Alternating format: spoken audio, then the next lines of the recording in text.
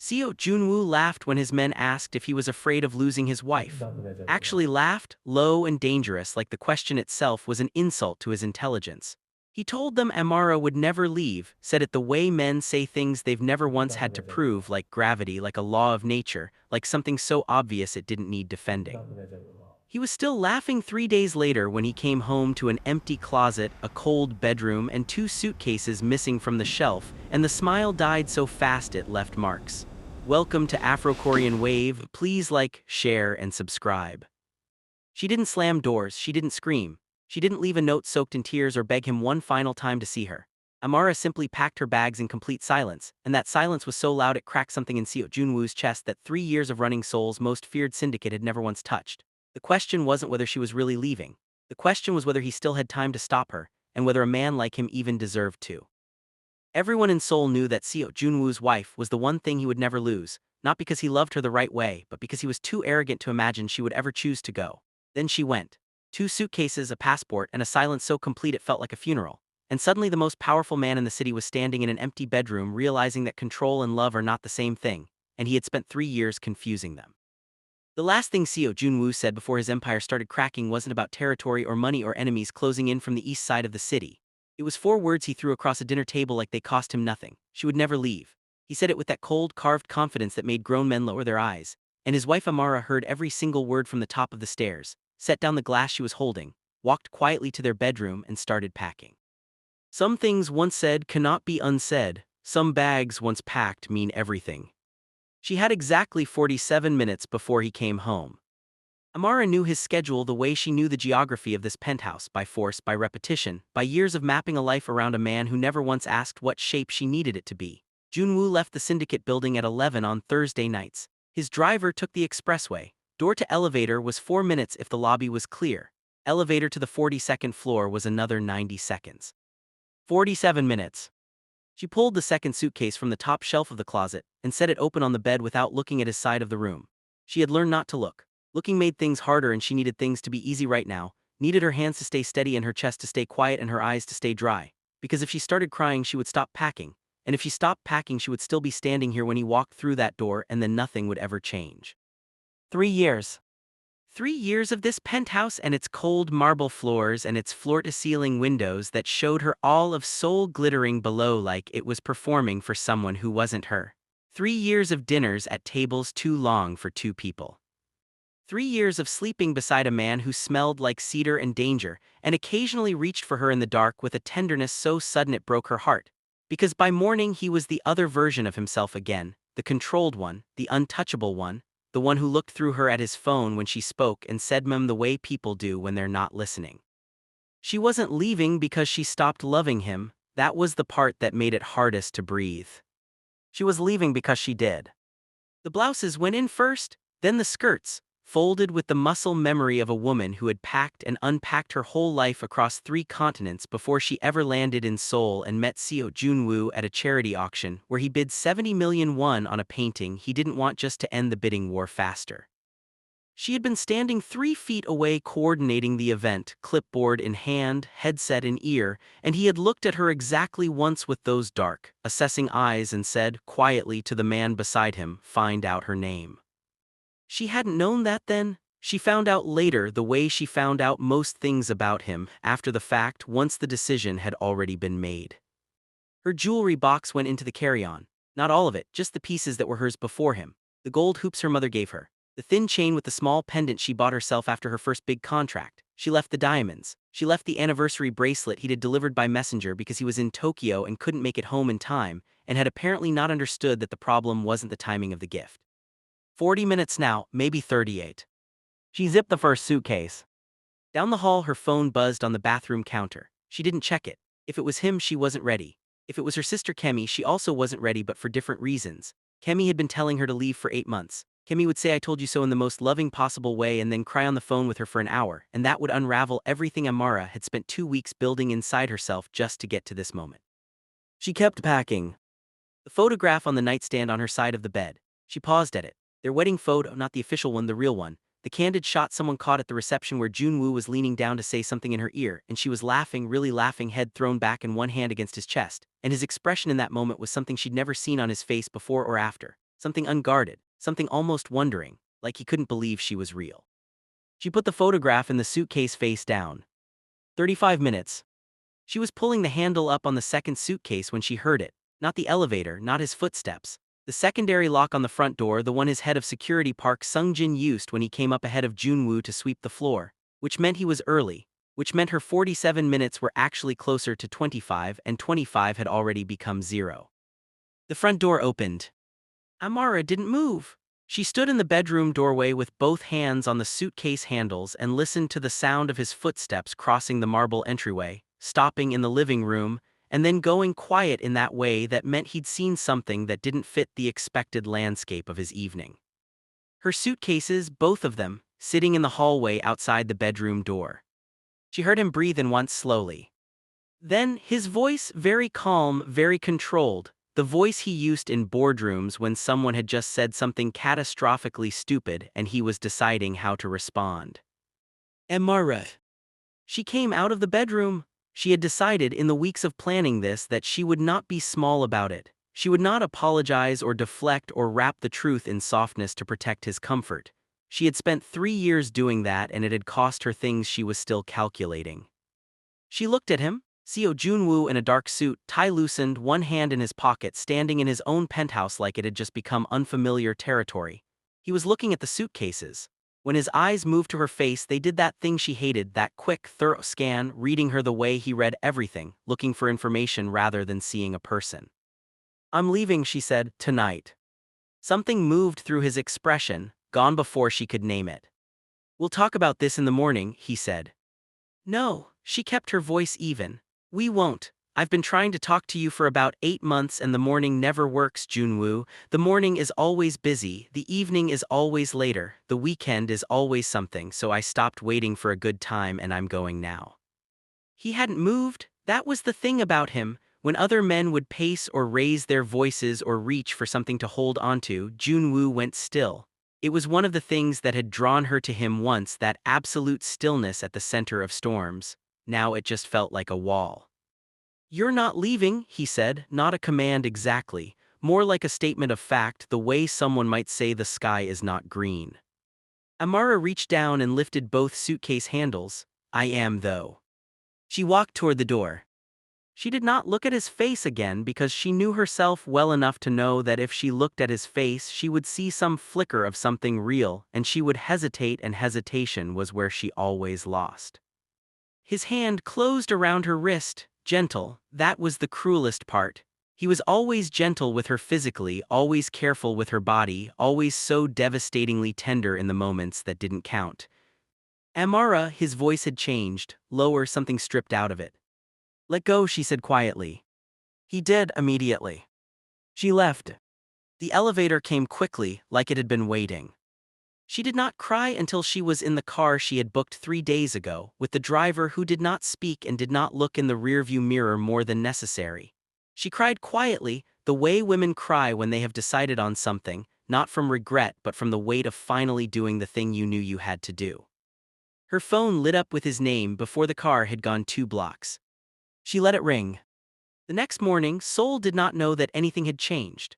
The city moved through itself with its usual relentless energy, the markets and the cafes and the Han River catching morning light, all of it indifferent to the fact that somewhere in Mapogu, Amara Osai was waking up in her friend Yejin's spare bedroom with puffy eyes and a clarity she hadn't felt in years.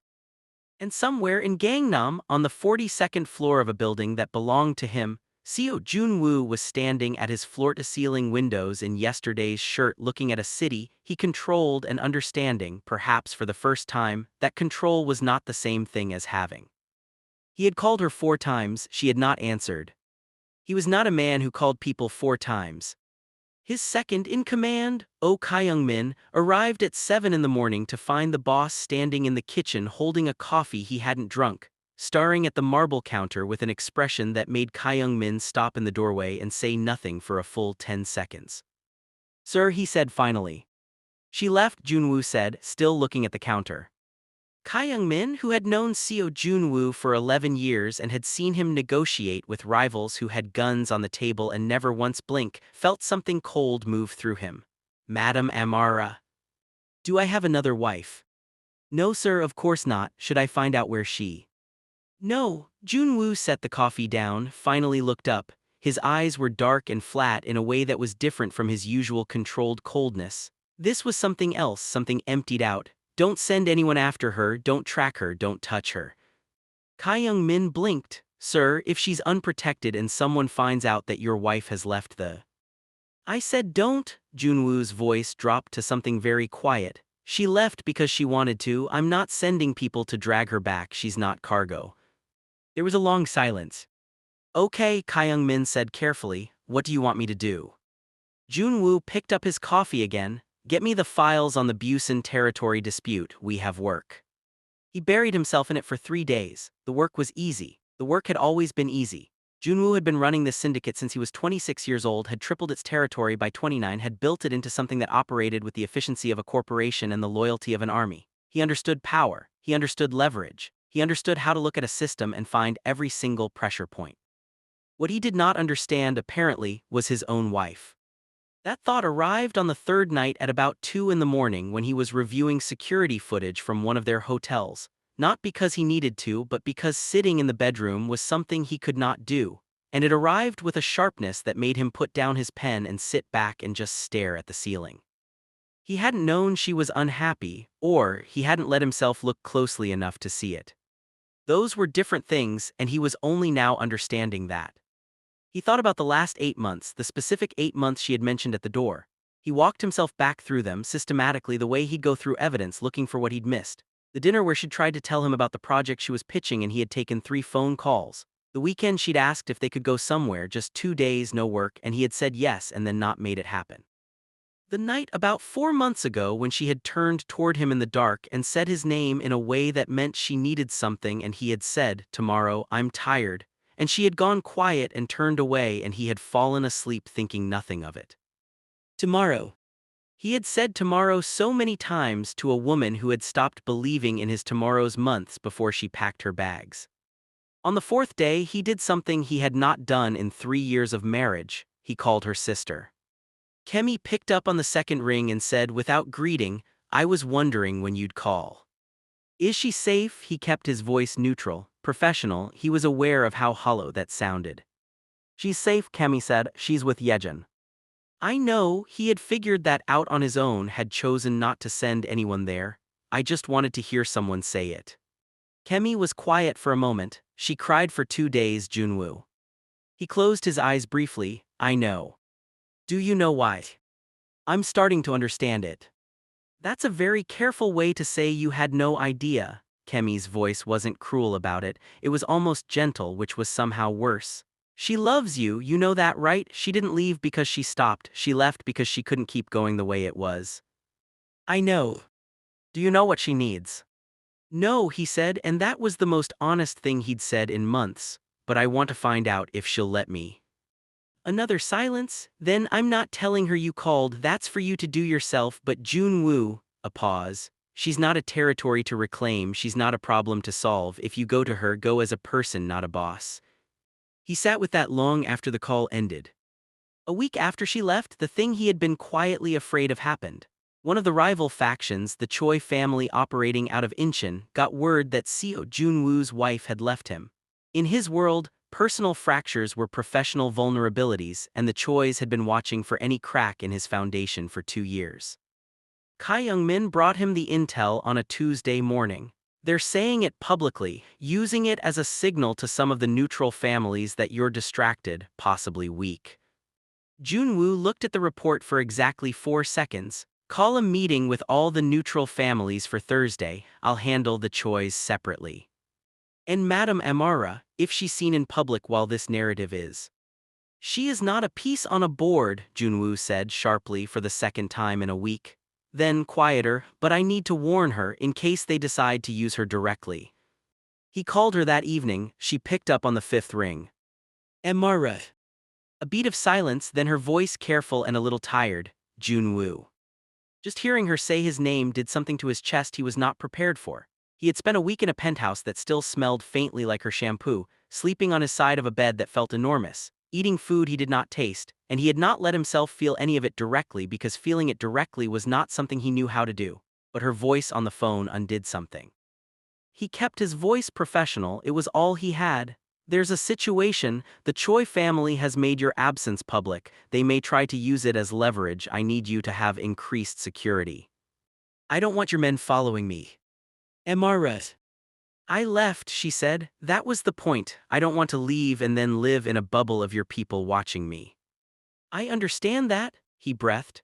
But this is real danger, this isn't me controlling you, it's me telling you that someone out there might try to hurt you to send me a message and I will not. His voice broke slightly on the last word, recovered, I will not have that happen.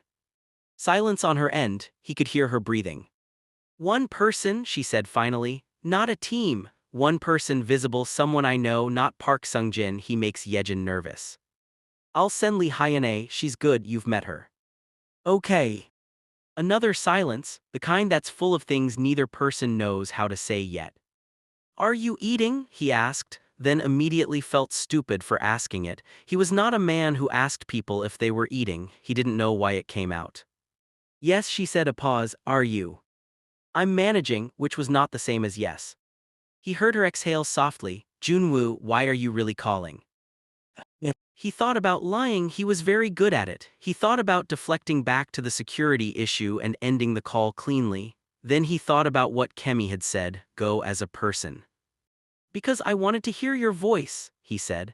And I didn't know how to say that without it coming out like a business call, so I used the security situation as a reason to contact you, and I'm telling you that now because you asked and you deserve a straight answer. The silence this time was different, something had shifted in it.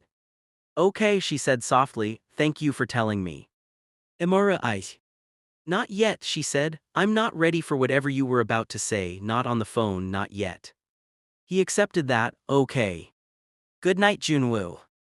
Good night. He held the phone for a long time after the call ended. The Thursday meeting with the neutral families went exactly as he intended. Joon-woo sat at the head of a table in a private room above one of his restaurants and spoke for 22 minutes without raising his voice and without threatening anyone directly, and by the end of it every family representative in that room had quietly recommitted their allegiance. He was still the most dangerous man at the table. Personal difficulties did not change that mathematics. What he hadn't accounted for was young Min-yi. Min-yi was the youngest son of one of the neutral families, handsome in an easy, careless way, and he had apparently been introduced to Amara at a gallery event 6 months ago and had not forgotten her.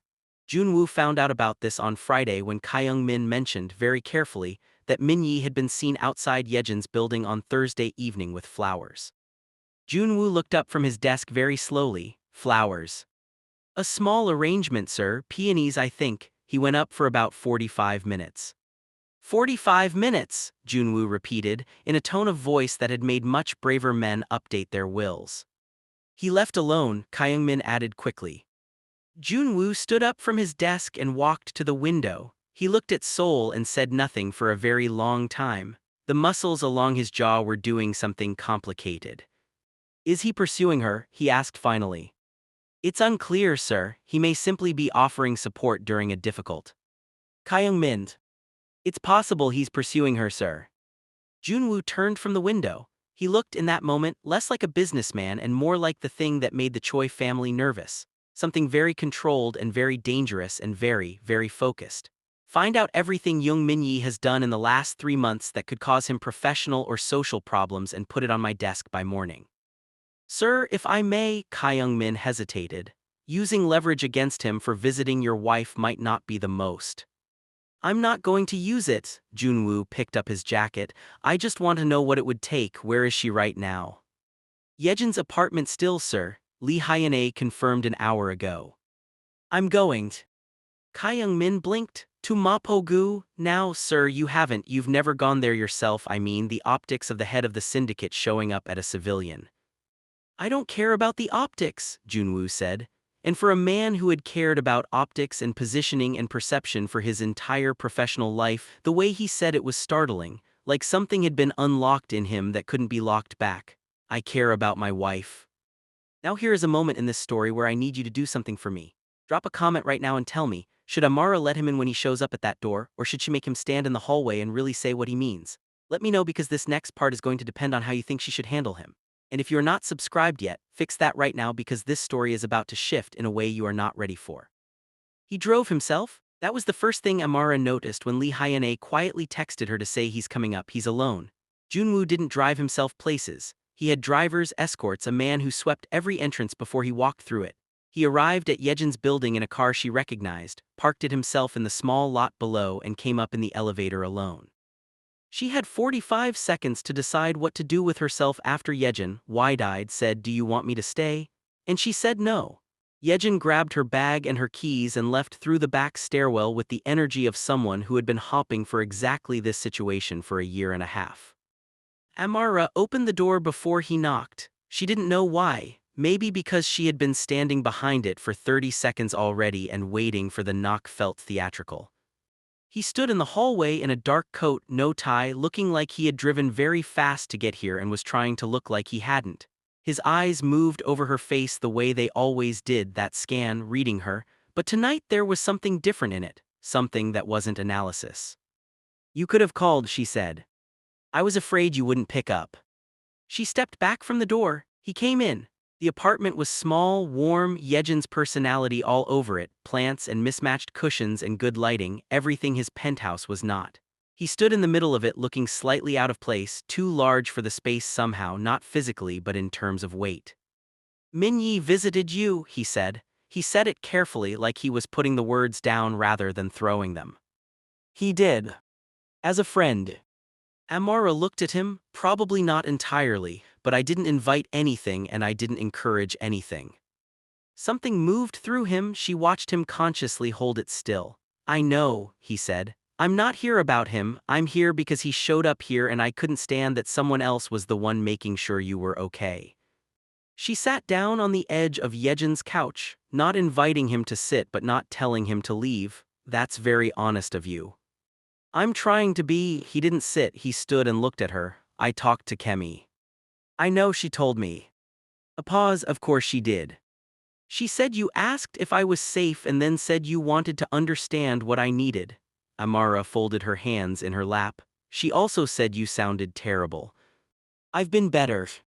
She studied him. Seo Joon-woo, who had never looked uncertain in her presence, looked uncertain right now. Not weak, he would never look weak, but uncertain, which was its own kind of thing because it meant he wasn't performing, wasn't managing how he appeared to her. He was just standing there in Yejin's small apartment in his too expensive coat, trying to figure out what to say to his wife. "Talk to me," she said. "Not like you're in a meeting, not like you're managing a situation, just talk to me." He sat down then, on the chair across from her, elbows on his knees, hands clasped, the posture of someone who has come to confess something. "I didn't know how bad it had gotten," he said. "That's not an excuse, it's just true. I knew things weren't right. I told myself it was a phase, a busy period, that we'd find the time. I kept saying tomorrow and I didn't understand that you had run out of tomorrows." She said nothing, let him keep going. "I thought," he stopped, started again. "I think I believed that as long as you were there we were fine, that your presence meant everything was okay. I never asked if you were okay inside that presence. I never asked if the life we were living was the life you wanted or just the life you built yourself into because it was the one available." Amora felt something loosen in her chest that had been wound tight for a long time. "You never asked because you never thought to ask." "Yes." "Because you were fine." "Yes." "And because you thought I would tell you if I was." He met her eyes. "And because I was afraid to look too closely in case what I found was something I didn't know how to fix." That was the most honest thing he had ever said to her. She could see it cost him. "I have spent 3 years," she said, keeping her voice measured, "making myself smaller and quieter and more patient, waiting for you to notice that I was doing that. And every time I tried to say it directly you were somewhere else in your head, and I would think maybe not tonight, maybe when things settle down, and they never settled down and I never stopped shrinking." She looked at him. "I disappeared inside your life, Joon-woo. And the worst part is that I love you enough that I kept letting it happen." The silence after that was very long. "I don't want you smaller," he said finally, roughly. "I never wanted that, I didn't see that I was doing it, that my way of being in the world was making it harder for you to be in it beside me. I know you didn't mean to," and she meant it. "That's what made it so lonely." He reached out then slowly and set his hand palm up on the cushion between them, not grabbing her, not pulling, just offering, waiting. She looked at his hand. The hand that had held her through the worst night of her life when her father died and he had sat with her in the dark without talking until she fell asleep. The hand that signed contracts that moved cities and made enemies lose sleep. The hand that had covered her wrist at the door when she was leaving, gentle, helpless, the most honest gesture she'd ever seen from him. She didn't take it yet. "I need to know," she said, "that if I come back something changes, not because you want to save your image or because the Chois are circling or because you're angry that Min Yi visited me, because you actually understand what I'm telling you and you're willing to do it differently." "I understand," he said, "and I am. I need more than your word. Your word is very good for business. For this, I need something else." He lowered his hand, sat back, thought, then quietly, "Tell me what it looks like, the different version, tell me what you need and I will build it." Amara looked at him for a long time. At this man who had built an empire and never once asked if it was what she wanted to live inside. At this man who had driven himself here alone and sat on a small chair in his too expensive coat and said, "I was afraid you wouldn't pick up." At this man who had, somewhere underneath all the armor and control and careful management of everything, a version of himself that was just a person who loved her and had been doing it badly. "Dinner," she said, "real dinner, phone off, both of us there at least 3 times a week." He nodded. "You come home before midnight on normal nights. Not every night, I know how your work goes, but most nights." "Okay. When I talk to you about something that matters to me, you stop what you're doing and actually listen. Not not I'll look at this later, you listen." "Yes. And you tell me things." Her voice softened a little. "You tell me what you're carrying. You don't have to have it all solved, you just have to let me in, because I have been living with a man for 3 years and I still feel like I don't know half of what's inside him, and that loneliness," she stopped, breathed. "That's the kind that really breaks a person." He was looking at her with an expression she had seen only twice before. The candid wedding photo, the night her father died, something completely undefended. "I know," he said. "I know I made you feel that way. I'm sorry, Amara, not as a transaction. I'm sorry because I hurt you and I don't want to have hurt you and I want," he stopped. His jaw worked. "I want to be someone who deserves to sit across from you and call you mine." She reached out and took his hand. His fingers closed around hers immediately, carefully, like she was something he was afraid to hold wrong. "I'm not coming home tonight," she said. "I need more time, but I want to try. I want us to try the right way with actual work." "However long you need," he said, "I'll wait. You'll also do something about the choice while I take my time." He almost smiled, already being handled. "And you're going to have a conversation with Young Min Yi. I was going to have Kyung Min compile a file." "Joon-woo." He looked at her. "You're going to have a conversation with him," she repeated. "A civil one where you act like a husband, not a syndicate boss." A long pause. "That's harder." "I know, that's why I said it." He brought her hand up slowly and pressed his lips to her knuckles. Not dramatic, just real. His eyes closed for a moment against her hand and she felt something in him release, like a breath held for too long, and she understood for the first time that he had been afraid. Not of the choice or the politics or the professional damage. Afraid of her, of losing her. Of being the kind of man who had everything and had not known how to keep the one thing that mattered. "Come home soon," he said quietly. "Work on being worth coming home to," she said.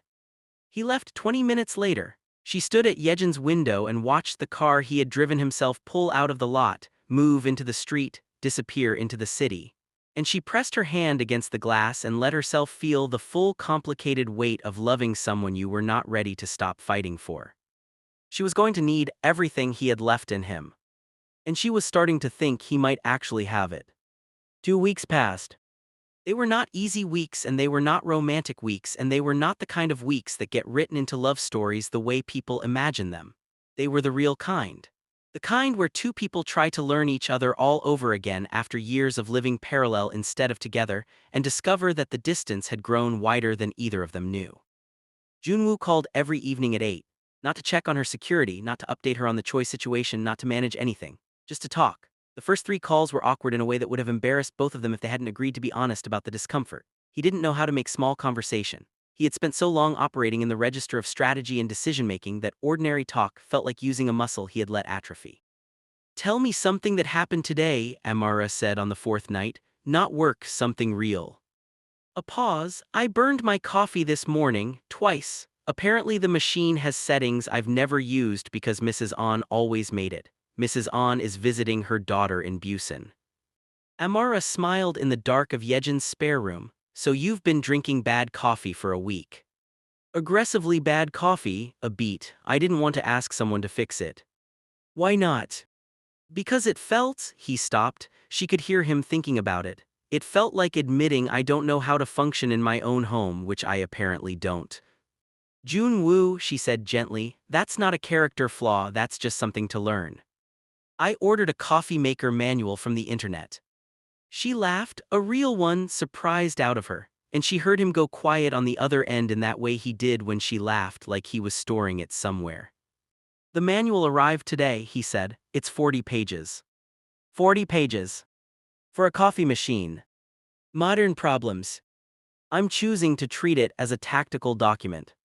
She laughed again, and this time he made a sound that was almost a laugh too, low and warm, and she pressed the phone closer to her ear and thought about what Kemi had said once, that she had married a man who was capable of so much feeling and had never been shown how to let it out. That the work wasn't going to be convincing him to care. It was going to be teaching him it was safe to show it. She was starting to believe that was true. The following Monday she met him for dinner. His suggestion, a small restaurant in Mapogu, not one of his, not somewhere that carried his name or his associations, somewhere ordinary. He was already there when she arrived, and he stood up when she walked in, which was such a simple thing, and yet it caught her somewhere behind the sternum because she understood what it meant for him. He had never once in 3 years thought to perform care for her. Now he was choosing it. She sat across from him and they ordered, and he put his phone face down on the table without her having to ask. How did the Choi meeting go? She asked, because she wanted to know, because his work was part of him and she was done pretending it was. They've backed down for now. He turned his water glass in his hand. I made it very clear that my personal life is not a signal about my professional stability. The message was received. Firmly. Firmly enough. She nodded, and Minyi. A pause. He was very precise about it, the pause, like he was choosing his words with actual care instead of just authority. I met with him last week. I told him directly that my wife and I are in the process of working through something, and that his attention, however well-intentioned, was not helpful. Was that a civil conversation? I kept my voice down the entire time. That's not quite what I asked. He looked at her across the table. He understood me. He won't be going back to Yejin's building. Amara studied him. Were you threatened by him? No, too fast. Joon-woo. He set the water glass down. I was furious, he said with great restraint. The image of him at your door with flowers made me want to do things that would have been disproportionate and unhelpful, so I didn't do those things. I had the conversation instead. A beat. It was not pleasant for me. But you did it. I did it. She reached across the table and touched the back of his hand briefly. Thank you. The meal was good. They talked about real things. She told him about the project she had been developing independently, an event consultancy she had been quietly building for 2 years in the spaces between being his wife, something that was entirely hers. He listened the way she had asked him to listen, not waiting for her to finish, actually receiving it. You've been working on this for 2 years, he said when she paused. Yes. While we were married. Yes. And I didn't know. She looked at him steadily. You didn't ask. He was quiet for a moment, absorbing that. Tell me about it, the whole thing, what it is, what you want it to become, where you are right now. So she did, and he listened for 45 minutes without interruption, and when she was done he asked 3 questions, good ones, the kind that meant he had been paying attention, and then said, I know 3 people who could be early clients. If you want the introduction, I'll make it on your terms, no syndicate connections, just people who need what you're building. I don't want to be handed clients. These would be earned. I'd only introduce you, you'd have to close them yourself. He met her eyes. I know you can. Something in her chest opened a little more. They walked back to where her car was parked afterward, the night air cool and quiet between them. At the car he stopped and turned to face her and just looked at her for a moment in that new way he had, the one that wasn't reading her for information but just seeing her. I miss you, he said simply. I miss you in a way I didn't know I was capable of missing anything. She breathed, I know. Can I ask when? Not yet, she said, but soon. She reached up and straightened his collar, a small, unconscious gesture, something she had done 100 times in their marriage without thinking. He caught her hand and held it there against his chest, and she felt his heartbeat, steadier than she expected, steadier than she felt. Soon, she said again. He nodded, let her go. She drove back to Yejin. and sat in the car for 10 minutes before going upstairs. The danger arrived on a Wednesday, which was not a dramatic day and had not announced itself as one. Amara had a meeting across town with a potential venue partner for her consultancy, a small converted warehouse in Seoul that she had been quietly excited about for weeks. She had told Lee Hyun-ae, who had grown on her considerably over the past 2 weeks, and Hyun-ae had mapped the route and confirmed the neighborhood and positioned herself at the cafe across the street. Everything was fine until it was. The meeting ran long, good long. The venue owner was enthusiastic and they spent 2 hours going through numbers and logistics, and she walked out feeling more like herself than she had in months. She was texting Yejin a stream of excited updates and not looking up when the black car pulled alongside her on the sidewalk. She registered it too late. 2 men, professional, practiced, the door opening before she had time to process what was happening. She fought. She was not a small woman and she was not a woman who surrendered to shock. She grabbed the door frame and opened her mouth to scream, and someone grabbed her arm with a grip that was not gentle the way Joon-woo's hands were gentle, and then Hyun-ae was running across the street shouting, and everything became very fast and very loud and very frightening. She got one arm free, she screamed. Hyun-ae hit the first man across the back with something, a coffee thermos, effective if improvised, and Amara got one foot on the car door and pushed and fell backward onto the sidewalk, and the car peeled away because people were looking now, a crowd gathering, phones out. She was on the pavement with scraped palms and a racing heart, and Hyun-ae crouched over her saying, "Ma'am, are you hurt? Are you hurt?" And all Amara could think was the choice. Not as backed down as he thought. Hyun-ae called Joon-woo before she called anyone else. That was protocol. He answered before the first ring finished. Amara was still on the pavement when she heard Hyun-ae say, "Sir, there was an incident. Madam Amara is physically okay, but there was an attempted." And then Amara held out her hand for the phone and Hyun-ae gave it to her. "I'm okay," Amara said. Her voice was steady. She was proud of that. "I'm sitting on the pavement in Seoul and my hands are scraped and I'm okay." Silence on his end. A very specific kind of silence, not empty, packed with something she could feel through the phone. "Joon-woo," she said, "I'm okay." "I'm coming." His voice was very quiet and very flat and entirely unlike any tone she had heard from him before, not the boardroom voice, not the gentle night call voice, something stripped to the absolute bone. "Do not move. Hyun-ae stays with you. I'm coming." "Joon-woo, you don't need to." "I am coming." A pause, barely a second. "Please let me come." She sat on the pavement. "Okay." He arrived in 11 minutes. She timed it without meaning to. He must have driven like something catastrophic, and she would think about that later, the image of him behind the wheel, not waiting for a driver, just moving. He came around the corner fast, and then he saw her on the low wall where Hyun-ae had helped her sit, and he crossed the distance and crouched in front of her and took her hands and turned them over to look at her palms, and his face did something she had never seen it do. He looked terrified. Not of danger, of her being hurt. The distinction was everything. "Tell me," he said quietly, looking at her hands, her face, checking for injury with a thoroughness that had nothing tactical in it. She told him, all of it. He listened without interrupting, and as she talked she watched the terror in his face convert into something colder and harder and more purposeful, but underneath it, she could still see the terror. He was holding it alongside the fury, and it was the most honest she had ever seen him. "It was the choice," he said when she finished. "I think so." He looked at her for a long moment. "I told you I'd handled it. You told me what you thought was true. I underestimated them." Something shifted in his expression. "I won't do that again." "What does that mean?" "It means that whoever gave that order will understand in very clear terms that there is no version of this where they get to walk away comfortable." He said it without heat, which was what made it real. "And it means you're safe from this point forward in a way that is non-negotiable." She looked at him, her hand still in his. "I don't want to live in a fortress." "You won't," he said. "But you're not going to be sitting on a pavement in Seoul again because someone thought they could use you to send me a message." She believed him. He took her to a safe location that evening, not the penthouse, a smaller property he owned in Yongsan that was quieter and easier to secure. She didn't argue, partly because the adrenaline had faded and her hands hurt and she was tired in a way that went deeper than the afternoon, and partly because she realized, sitting in the back of his car with his hand over hers on the seat, that she wanted to be somewhere near him, that the reflex was still there after everything. Yejin arrived with her things an hour later, took one look at Joon-woo in full operational mode on his phone in the hallway, took another look at Amara wrapped in a blanket on the couch, and said to Amara quietly, "I'm going to need the full story eventually, but tonight I'm just glad you're okay," and left without making it complicated. That night, Joon-woo sat beside her on the couch while she ate soup Mrs. An had somehow materialized and produced.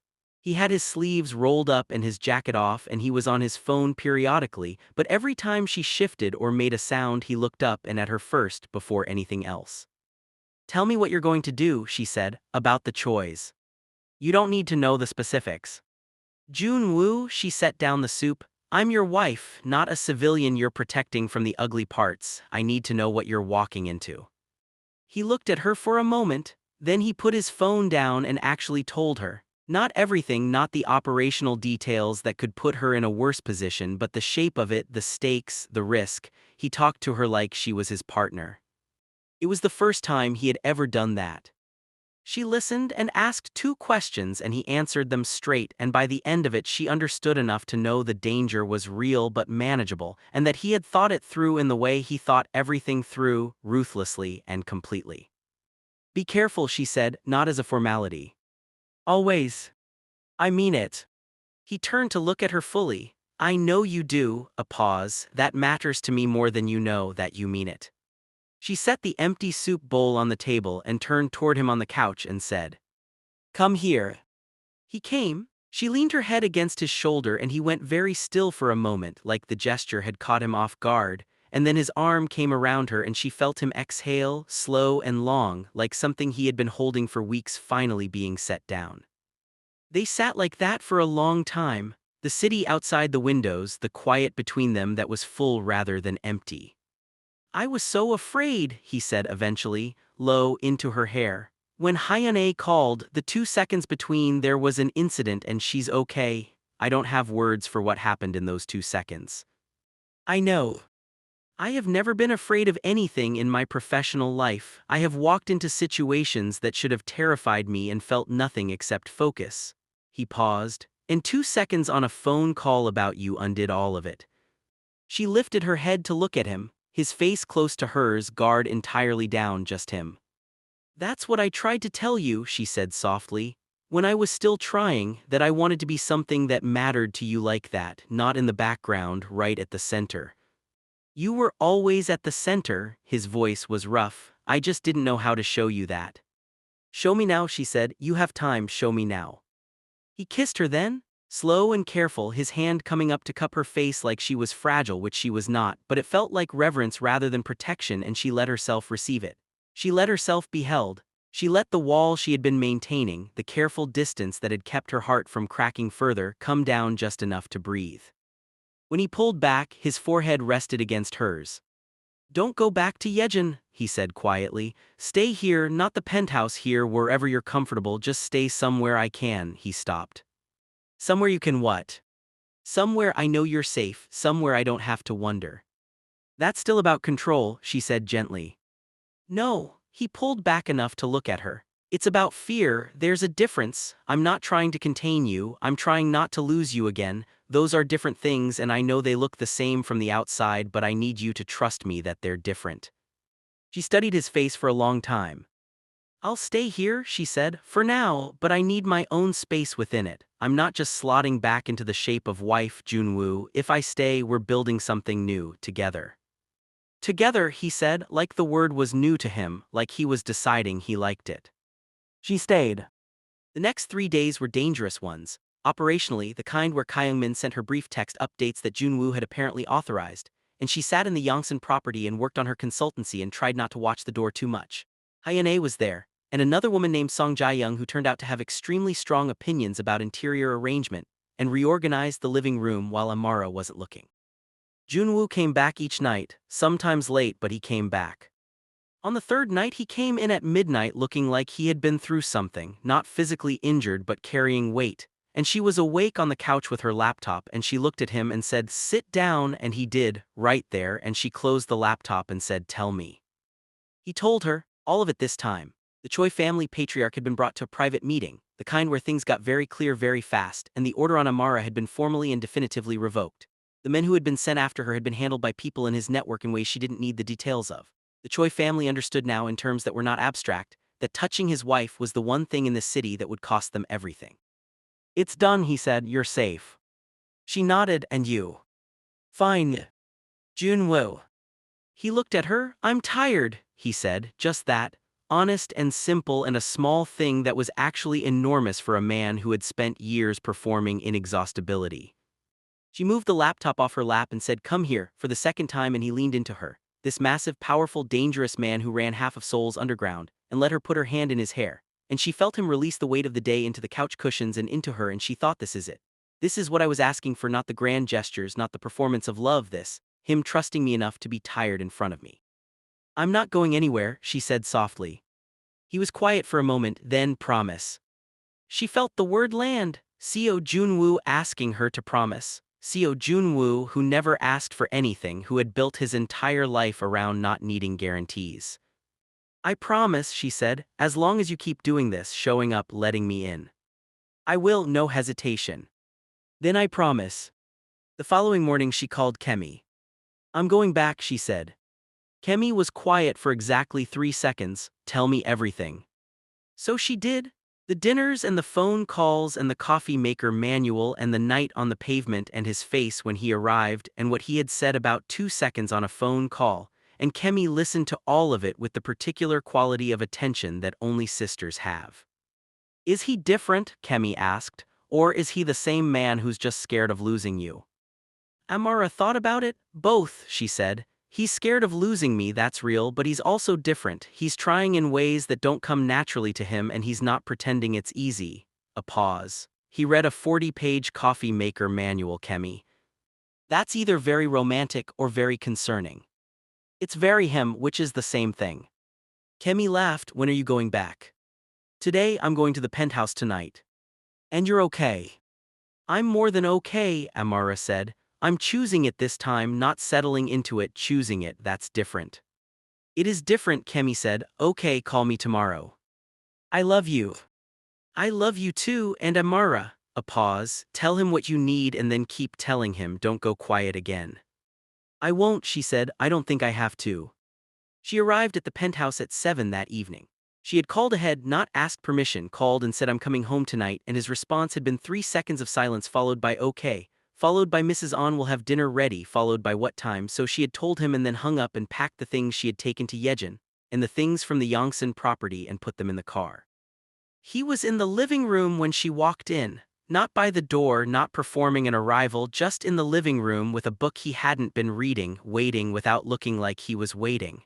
He stood when she came in, that again, that simple thing. The penthouse looked almost the same, but there was something on the kitchen counter that made her stop. A new coffee machine, smaller than the old one, and beside it the 40-page manual with at least 6 pages visibly dog-eared. She pressed her lips together. "The old one had too many settings I didn't understand," he said from behind her. "This one is more straightforward. I've mastered 3 functions." "Only 3. I'm working on the 4th. She turned around. He was standing a careful distance away, watching her with that expression, the one that wasn't managing her, just seeing her. "Take me through it," she said. "The coffee machine. All of it, whatever you've learned, whatever you've been doing while I was gone, take me through it." She set her bag down on the counter. "I want to know who you've been becoming." Something in him relaxed, the last held thing finally let go. He talked for an hour, not about the syndicate, not about territory, about the things she had asked about over the phone calls turned concrete now. How he had started eating breakfast sitting down instead of standing over the counter. How he had told Kyung-min to hold non-urgent calls after 10 in the evening. How he had gone through their wedding album, the real physical one Mrs. An kept in the study, and spent a long time with it. "There's a photo," he said, "the candid one at the reception, you're laughing." "I know the ones. I've been looking at it." He met her eyes, trying to understand what I'd been doing with my face in that moment. "I don't usually look like that." A pause. "I want to look like that again." Amara crossed the room and stood in front of him and reached up and put her hand against his cheek, and he leaned into it, just barely, just the smallest motion. "Let me show you something," she said. She took his hand and walked him to the kitchen and stood beside him and made him walk her through the coffee machine, third function and then fourth. Both of them standing at the counter at 7:30 in the evening making coffee neither of them needed because it wasn't about the coffee. It was about standing side by side and learning something small together in the specific ordinary intimacy of a home. By the time the coffee was made, they were both almost laughing, genuinely, because the fourth function involved a frothing wand that went rogue and left a milk foam incident on the sleeve of his shirt, and he looked at it with an expression of resigned dignity that was so unlike him she actually laughed out loud. He looked at her laughing and did the thing she had noticed him doing on the phone, storing it. But this time she could see his face doing it and she could see what was underneath the storage. Love, plain and uncomplicated and enormous. She reached up and wiped the foam off his sleeve with a kitchen towel and he watched her do it and said quietly, "I don't deserve you." "Probably not," she agreed. He blinked. "But you're learning," she said, "and that counts." Dinner was good. Mrs. An had made something warm and complicated, and then disappeared with the tact of a woman who had worked for this household long enough to understand when she should not be present. They ate at the table, which was still too long for two people, but this time he had set two places close together at one end rather than opposite each other at a distance, a small logistical choice that said more than he probably intended. They talked through dinner and after dinner and the city did its glittering thing outside the windows and at some point they moved to the couch and the talking became quieter and slower and her head found his shoulder again the way it had in Yongsan except this time they were home. "I want us to redo this place," she said eventually. "The penthouse, make it feel like both of us live here instead of just you. Whatever you want. I mean actually involve me, don't just tell me yes and then hand it to a designer, do it with me. I don't know anything about design. I'll teach you what I know and you teach me what you know and we'll figure out the rest." He looked down at her. "What do I know that you'd want to learn?" She considered how to walk into a room and make every person in it pay attention. A slow smile. "You already do that." "Not like you do. Like me is different from what you want to do. You walk in and people see you. I walk in and people calculate their risk." He said it simply, without vanity or self-pity. "Your version is better." She lifted her head to look at him. "I want both. Then I'll try to teach you the parts worth knowing." "Deal." They sat in comfortable quiet for a while, the kind of quiet that's earned. Then he said without preamble, "I want to tell you something." "Okay."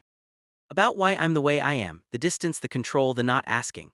He was looking at the window, not at her. "My father ran this organization before me. He was completely effective and completely alone by design. He believed attachment made you predictable, made you a target." A pause. "He told me once, when I was maybe 15, that the only people who survive in this world are the ones who need nothing and no one." She was still. "I believed him," Joon-woo said. "For a very long time I built everything around that belief, including our marriage, in ways I didn't understand I was doing." He looked at her now. "He was wrong. He died with an empire and no one who loved him and he never seemed to notice, and I spent 3 years building the same thing without noticing and you had to pack your bags and leave for me to see it." She took his hand. "Your father was wrong," she said. "Yes. And you are not your father. I'm working on that being true." "It's already true," she said. "The man I'm talking to right now is not that man. The man who drove himself to Mapogu and sat on a small chair and said he wanted to earn the right to sit across from me is not that man." She squeezed his hand. "You chose different, that's not nothing, that's everything." He turned his hand in hers and held it properly. "Don't let me go back to the other way," he said. "If you see me sliding, call me on it, don't go quiet again, I'd rather you shout at me than disappear." "I'll call you on it," she said.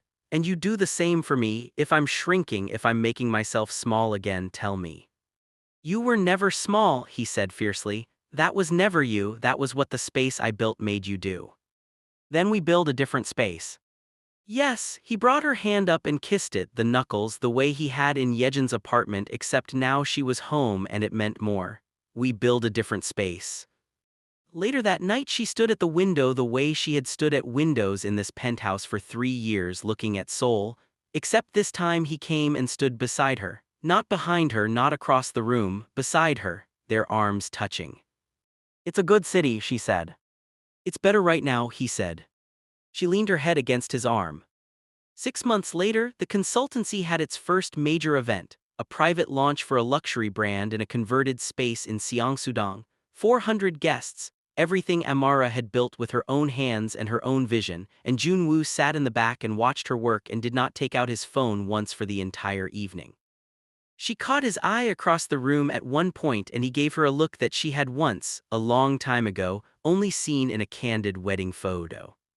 The following spring he proposed again, not because the first one hadn't counted but because he wanted to say it differently. He took her to the restaurant in Mapogu, the ordinary one with the good food, and he didn't have a speech prepared because he had learned that prepared speeches were a way of managing the moment rather than living in it. He just looked at her across the small table and said, "I want to marry you the right way. I want to stand in front of whatever people you want to invite and say the things I should have been saying for 3 years, if you'll let me." She looked at him for a long moment. "You're already my husband." "I want to be your husband properly," he said. "The whole version, not the version that forgets anniversaries and takes meetings during dinner, the one I've been becoming." "Ask me then," she said. He asked her. She said yes, again better this time. They had a small wedding, not for optics, not for business alliances, just for the people who mattered. Kemi flew in from Lagos and cried through the entire ceremony without apology. Yejin was there. Kyung-min stood in the back looking emotional in a way that he would deny for the rest of his professional life. Even Lee Hyun-ae came, in civilian clothes that somehow still looked tactical. Joon-woo said vows he had written himself, which had taken him 11 drafts. He knew because he told her that later, laughing at himself, that a man who negotiated multi-million-won contracts with his eyes closed had needed 11 attempts to say the true thing about loving his wife. She found the drafts afterward in his desk drawer and read every single one, and by the third draft she was crying, and by the 11th she was laughing, and all of them were true in their own way. On a Tuesday morning, 8 months after the wedding, she found out she was pregnant. She sat on the bathroom floor of the penthouse, which had been redone in the months since her return and now felt like both of them, warmer and more human and still a little too clean because some things you don't fully change, and she held the test and felt the enormity of the moment move through her like a tide. She went and found him in the kitchen. He had mastered all 7 functions of the coffee machine. He was on the 4th cup of the day and reading something on his tablet, and he looked up when she came in with his usual eyes-first attention. She set the test on the counter in front of him. He looked at it, looked at her, looked at it again. "Amara," he said. "Yes." He stood up so fast the stool scraped back on the tiles. He came around the counter and stood in front of her and took her face in both hands the way he had learned to do over the last year, carefully, reverently, and his eyes were doing something she had seen only in certain moments, that unguarded, wondering look from the wedding photo, the look that said he couldn't believe she was real. "Are you?" he started. "I'm okay, I'm good, I'm very good actually." Something broke open on his face, not broke badly, broke the way morning breaks like light finding all the cracks at once. He pulled her in and held her, both arms, completely, the way he held her now when things mattered, not careful about it, just present, just here, and she felt his heart against her cheek beating fast and real. "I told you," she said into his shoulder. "Told me what?" "That you weren't your father." She pulled back enough to look at his face. "That's what I told you." His eyes were bright. He didn't say anything, he didn't need to. He kissed her instead, slow and warm and full of the specific kind of promise that isn't words but is more certain than them. Outside, Seoul moved through its morning. The city indifferent and enormous and beautiful, and not paying any attention at all to what was happening on the 42nd floor of one of its buildings, which was just a woman and the man she had refused to stop fighting for, standing in a kitchen that finally felt like home, beginning the rest of it. He had mocked the idea of her leaving. She had left anyway. And he had become, in the space that leaving made, the man she had always believed was inside him waiting for someone to say it was safe to come out. Neither of them would call it simple, neither of them would pretend it hadn't cost something real to get here. But here they were. And here was everything. That's the full story, besties. If this one moved you, if you found yourself rooting for Amara to walk out that door and then rooting just as hard for Joon-woo to figure it out and come after her, drop a comment and tell me which moment hit you hardest. Was it him driving himself to Mapogu? Was it the coffee machine manual? Was it her on the pavement saying I'm okay and him saying please let me come? I want to know. And if you are not subscribed yet, fix that right now because there are more stories coming and you do not want to miss them. Share this one with someone who needs to hear it. Until next time, take care of yourselves. You deserve someone who reads the manual.